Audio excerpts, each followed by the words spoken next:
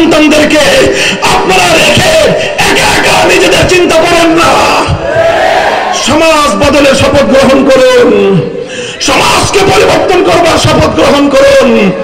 আল্লাহর কসম খেয়ে বলি, এই জমিনের চূড়ান্ত গন্তব্য সোনার মদিনা। দিল্লি পিকিং নয়, দিল্লি আর পিকিং নয়, মস্কো আর ওয়াশিংটন নয়, শাহজালালের পুণ্যভূমিতে আল্লাহর দ্বীন কায়েম হবেই হবে। আজ না হয় কাল রুখে দেওয়ার সাধ্য কারো হবে না ইনশাআল্লাহ।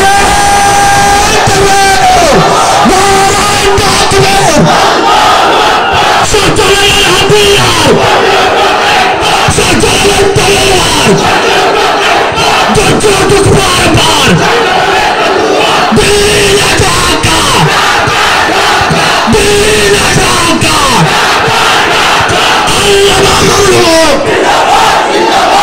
মুহতারাম হাজিরিন, কথা আমাদের পরিষ্কার, বার্তা পরিষ্কার।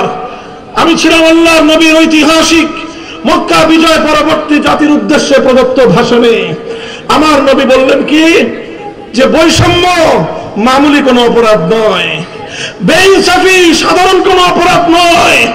বেইনসাফি এবং বৈষম্য সেই অপরাধ যে অপরাধের কারণে আল্লাহ পাক জাতিকে ধ্বংস করে দেয়।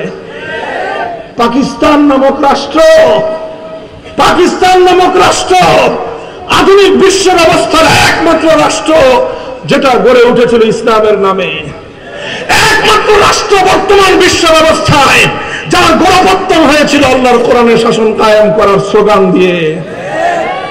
এত পবিত্র নাম, কিন্তু 24টা বছর ওরা আল্লাহর কোরআনের সঙ্গে গাদ্দারি আর বিশ্বাসঘাতকতা করেছিল, ওরা বৈষম্য করেছিল, ওরা আমাদের 7 কোটি বাংলার মানুষকে ওরা মানুষ মনে করে নাই। আমরা বলেছিলাম তোমরা আমার ভাই, আমরা তোমাদের ভাই, তোমরা মুসলমান, আমরা মুসলমান, আমাদের মধ্যে উখুওয়াতে ঈমানি, ঈমানি ভ্রাতৃত্ব আছে।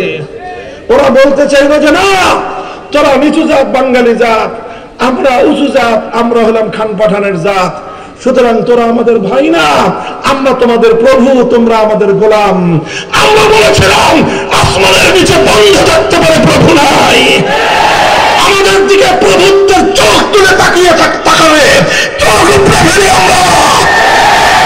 একই বার্তা দিল্লির প্রতি, প্রতিবেশী হিসেবে বন্ধুত্ব করবা, বন্ধুত্বের আচরণ পাবা, আর কাঁটাতারে আমার ফেলানিকে ঝুলিয়ে রাখবা। আমরা প্রতিটি হত্যাকাণ্ডের প্রতিশোধ গ্রহণ করবার জন্য শাহজালালের চেতনায় উদ্বুদ্ধ হব।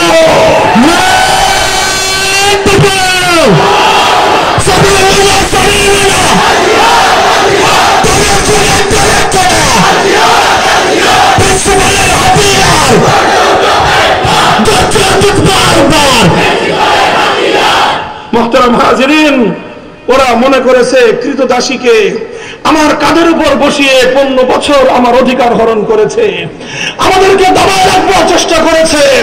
প্রমাণ হয়েছে কোন ভূখণ্ড যখন বিপ্লবের জন্য প্রস্তুত হয়ে যায়, কোন নেতার নেতৃত্বের প্রয়োজন হয় না। কোন ভূখণ্ড যখন বিপ্লবের জন্য উর্বর হয়ে ওঠে, বড় কোন রাজনৈতিক দলের প্রয়োজন হয় না। সামান্য কিছু ইয়াং ছাত্ররা বিপ্লবের নেতৃত্ব দিতে পারে। শেখ হাসিনা, জালিম শাহীর মতো যুগের নব্য ফেরাউন তাদেরকে দেশ থেকে উৎখাত করে ছাড়তে পারে। ভয় কিসের? তুমি ন্যায়ের ঝান্ডা নিয়ে দাঁড়াও, সাহায্য করবেন কে? তুমি হকের ঝান্ডা নিয়ে দাঁড়াও, তোমার পক্ষে গায়েবী মদত নাযিল করবেন কে? তোমরা প্রস্তুত হও, ইনশাআল্লাহ বিপ্লব হবে এই মাটিতে, চূড়ান্ত বিপ্লব হবে মাটিতে। আল্লাহ পাক তৌফিক দান করেন। কাজেই বৈষম্য, বেইনসাফি মামুলি কোনো বিষয় নয়। আমরা যখন রাষ্ট্রকে নিয়ে, যখন সমাজ নিয়ে, প্রশাসন ব্যবস্থা নিয়ে, বিচার ব্যবস্থা নিয়ে যখনই আমরা কথা বলতে যাই, তখনই একদল মানুষ মনে করে যে এই সমস্ত প্রসঙ্গ হুজুরদের আলোচনার বিষয় না। এটা সমাজের আরেকটা বড় জাহেলিয়াত। এটা 2 শ্রেণীর মধ্যেই, হুজুরদের মধ্যে এই জাহেলিয়াত অনেকটাই প্রভাব বিস্তার করে তাদেরকে প্রভাবিত করে ফেলেছে। এখন আলেমরা হীনমন্যতায় ভুগছে, হে উলামায়ে কেরাম, নামাজের ওয়াজ করা যেরকম তোমার জিম্মাদারি, বেইনসাফির বিরুদ্ধে ওয়াজ করা তোমারই জিম্মাদারি। মানুষকে পর্দা পুশিদার ওয়াজ করা যেরকম আলেমদের দায়িত্ব, এই বিচার ব্যবস্থাকে ভেঙে গুড়িয়ে দিয়ে ইসলামী বিচার ব্যবস্থা কায়েম করার সংগ্রাম করো তোমারই জিম্মাদারি। আল্লাহ পাক বুঝবার তৌফিক দান করেন।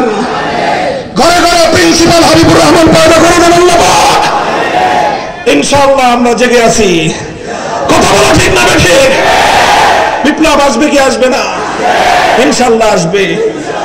আল্লাহর নবী সর্বশেষ যে কথাটা বললেন, তিনি বললেন যে দেখো, আল্লাহ লাউ আন্না ফাতিমা বিনতে মুহাম্মাদিন সারাকাত লাকাতাতু ইয়াদাহা, হে আমার জাতি শুনে রাখো, শুধু আমার ব্লাড কানেক্টেড ফাতেমা নয়, শুধু আমার দাদির পরিবারের আমার আত্মীয় ফাতেমা নয়, আজ যদি আমি মুহাম্মদুর রাসূলুল্লাহর কলিজার টুকরা, আমার কন্যা, আমার সবচেয়ে আদরের দুলালী ফাতেমা যদি আজকে চুরি করে ধরা পড়তো, আমি আল্লাহর নামের শপথ করে বলছি তার হাত কেটে দিতে আমি এক মুহূর্ত বিলম্ব করতাম না।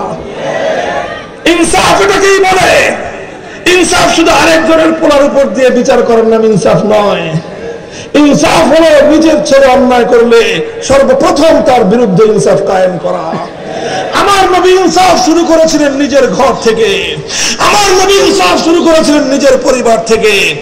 আল্লাহর নবী যখন ঘোষণা দিলেন, আলা ইন্না দিমাআল জাহিলিয়াতি মাওজুউন তাহতা কদামাইয়া ওয়া ইন্না রিবাল জাহিলিয়াতি মাওজুউন তাহতা কদামাইয়া, জাহিলি যুগের সমস্ত কুপ্রথা, সমস্ত সুদী ব্যবস্থা আমি ধ্বংস ঘোষণা করলাম, বিলুপ্ত ঘোষণা করলাম।